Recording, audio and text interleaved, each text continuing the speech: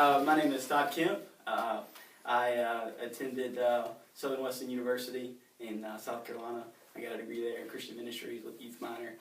Also went to a community college and got a business degree, associate degree, at a college called Virginia Western right near Roanoke.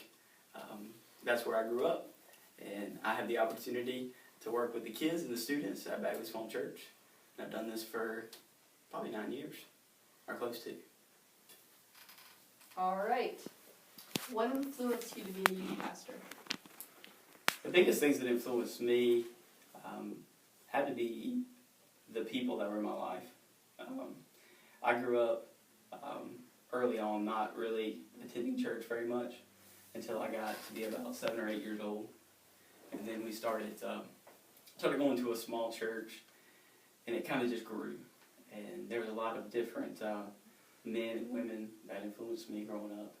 And when I got to be 6th grade, we got the opportunity to go into youth, as what they called it, just youth group. And it was just one of those situations where I had people in my life that were influencing me in positive directions, revealed a lot to me, most importantly, like, helped me through some of the most difficult times in my life. Because when I was 13 years old, my dad passed away in a motorcycle accident, and that kind of just defined kind of where I was. And then those different people that were in my church, different people in my school that really spoke to me and made a huge difference in my life because of the trauma that I faced with losing my foot and having amputation, and then of course my dad passing away. Those people were so key at that point in my life, and the whole time God was speaking to me and saying, you need to be a part of this. You need to make the biggest difference you can with teenagers, because that was one of the most crucial, most important times in my life. Because teenagers, they're faced with lots of different situations and issues, and trying to make decisions about things that sometimes they don't know what direction to be or even to make. So that's the biggest influence in my life, and get the opportunity to do that now, and hopefully make a difference. So you always knew that you wanted to work, share the Word of God with others? Yeah, I didn't get really serious about Jesus in my life probably until I was going into my junior year in high school. And it was one of those things that I just liked doing things on my own and making my own decisions, and didn't think that God or Jesus was real, and the fact of, Him telling me what I need to do all the time. And I kind of approached God that way, and it became, I looked at God in a way that He was like almost a dictator or a lawgiver, instead of a loving God who cares and wants to guide, and created everything and created life, and really knows the best ways to guide through it all, whether it's pain or excitement or joy. And I think that was the thing, because early on, before I graduated high school, I was really tentative to work in a church or be in front of people, speak in a large group. Those were all things that I was not good at all. Scared to death to be in front of a large group of anybody. I was more a one-on-one conversation. So knowing that was just more pressing of what God had for me in my life. So I kind of knew it, but at first I didn't want to engage that. And then once I did, I was like, yeah, this is what I need to do. I want to make a difference in people's life. Because, it's not about money. It's not about that kind of stuff. All that stuff will be provided for you. But I want to look back, later on in my life and say, I was a part of something that made a difference, bigger than me. So do you enjoy doing what you do? I don't know how to do anything else, but this is just, I experience joy like no other when I get an opportunity to see, our younger kids, teenagers, adults, anybody, just walking through life with them, because we all have struggles, and we all have pain, but just to know that you can do that with a group of people that cares about you and loves you, and that's just part of the joy that brings me, that somebody can send me a text or talk to me, and it can be something huge in their life that's painful even, and to know that I can at least pray for them, speak peace to them perhaps in some way and play a part in that, and just involving people in each other's lives. And that's where the biggest joy comes, is to see people just engage that and see how Jesus can change their life. So if you could go back and change anything in your past, would you? No, because it wouldn't make me who I am today. There's a reason for all those things. There's a reason for all those steps that I had to take. If they were easy or if they were hard. I always think back, I wish I would have done better in school. I wish I would have studied more. I wish I would have not procrastinated, because a lot of the stress I had was stuff that I did myself. But when I look back on it, it made me who I am today. And I think God used all those experiences to play a big part in who I'm becoming. So, because your best day is the day you're living in, even if it may not seem that way. But you can only make a difference in the day you're a part of. Yeah. So did you have any challenges that you had to overcome, during your high school years and your college years, trying to become a youth pastor? There was some people, I believe, in my life that really spoke into me and were encouraging me, but I think that, yet again, there's some people, too, that didn't really understand it. Just concerns about what does that exactly mean. But the biggest challenges that I faced was coming out of high school. I didn't have a very high GPA at all. I did really good on my SATs, but I was not a very strong academic student at all. So really, just wanting to make the decision to do my schoolwork, be diligent in it, and recognize these are building blocks. Because when I was in high school, I was like, I just got to take these classes I don't really care about sometimes. But I see how even those classes that I don't use geometry anymore, but there was a reason that helped me in other areas. And those were challenges I took on because, like I said, writing and even speaking in front of people, those were things that were huge challenges for me. But once I graduated high school, I had the opportunity to go to community college, and that was when everything started to change.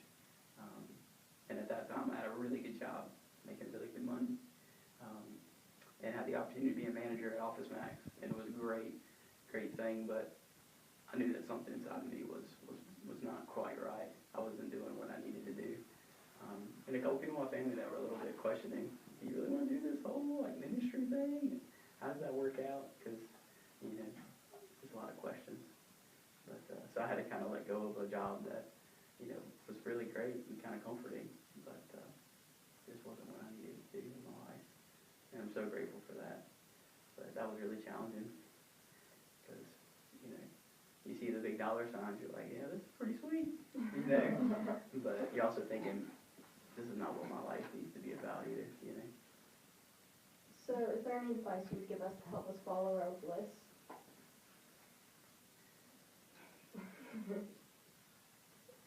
Depending on where you're at, some of y'all have figured out different things that you're gifted at or that you're good at, or different things that you get excited about doing. The biggest thing is figuring out, having people in your life that can influence you, to help you and guide you, to see the giftings that's inside of you. Because there's something significant about you. You're not a mistake. You're here for a reason, and we're not just here to take up air. And having some people to speak into you is so key as well. But always be a learner. Right now, you guys, that's your main job is to learn and to graduate high school and move on to college.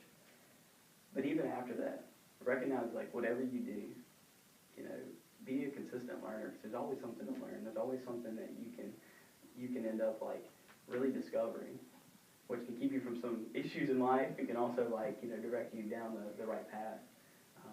But to find your bliss is more about I guess it goes back to this simple thing of, don't do something just because of the money. Do it because you may know that you're making a difference in someone's life. And the second thing is just know that you're made to do that. That's the way God has made you and created you for. And if you don't do that, there's something inside of you that's kind of like, this is not right. You know, because I think sometimes people can find themselves in jobs when they become adults, and they're just doing it for the money, and it's not satisfying. And you get the grumbles and the complaints and all that kind of stuff, and you don't want to be that, you know, when you're 25, 35, 45 years old, looking back, man, you know, I did this for the money, but you know, I'm not feeling really satisfied with it. So, you do something you love, you know. So what about advice for working with the youth?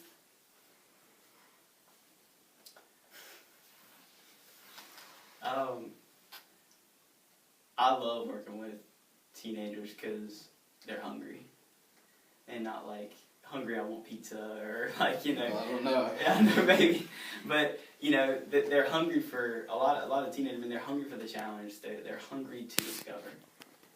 I don't think I have 3 young daughters, and they're always hungry to discover things. Like, you know, a lot of things that are sharp and pointy can hurt them, but you know, they're hungry, and they realize that there's something out there. You know, whether that's truth or, you know, influence or love or whatever they're looking for. And the biggest advice is really just recognize, like, the things you say make a difference. The things you do make even more of a difference. You know, and it's not about what I can say to somebody, but it's more about how I can make that person feel. Because that's so key. Because, you know, words are great, and they can hurt, and they can do all kinds of things, but you can use your words in a way to make a difference in someone's life. That's the most important thing you can do. But you got to involve people in it too. You know, being a youth pastor, working at a church, working with kids is not about just me doing the ministry. It's more about involving people and allowing them to play a part. Recognize, like, this is a big gift that we can help with people. And yeah, there's going to be hard times to it to some extent, but man, there's a lot more joy in it too. Because it's a lot great. It's great to be able to have a team celebration. You know, I did this all by myself. No. You did it with a team. You know, and that's kind of the whole idea. That's all I have. Does anyone else have a question? Can you see yourself doing anything else, or are you just satisfied, more than satisfied where you're at? I can't imagine doing anything outside of being able to have that connection with ministry. You know, that doesn't mean I'll be, you know, working with kids or teenagers, you know, of older age or whatever. But the one thing that I've seen is staying consistent and staying devoted to where I've been led in my life has really played bigger dividends than I would have ever imagined. Because everything's based out of a relationship. You know, it doesn't matter what field you go into in your life. Everything's based out around a relationship. Whether you're a teacher, a farmer, you know, whether you're a culinary person. I mean, it doesn't matter. You know, those are all about the relationships that you'll make in your job, but also the people that you work with.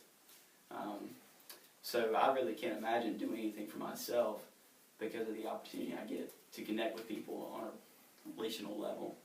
To have people, like, open their heart, you know, because, you know, we're all a work in progress. You know, this is a journey, you know. Being a pastor, like, you know, I've got to be as transparent as anybody else.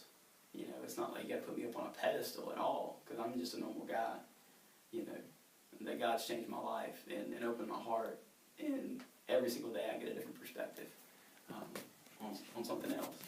And I gain that a lot of times through other people, because yet again, God uses people. You know, whether we know it or not, whether you're a Christian or not, like, God uses people. You know, so, and we need that more in this world. You know, love is key, and we see that from Jesus. It flows from him, so we need that in this world today. And that starts with you guys as well, because you guys aren't the next generation. You guys are the generation of right now, and you guys can make a big difference. So no pressure.